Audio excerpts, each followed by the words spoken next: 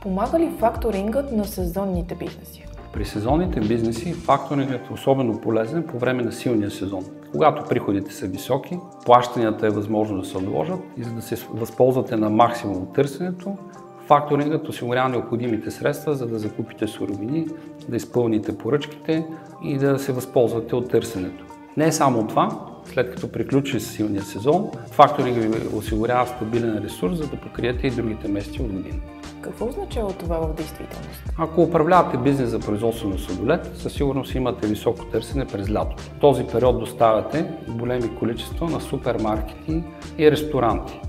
Издавате фактури, но плащанията могат да дойдат след 30, 60, 90, 120 дена. В разгара на сезона обаче, вие имате нужда от пари веднага, за да закупите суровини, да покриете разходите за заплати и да увеличите производство.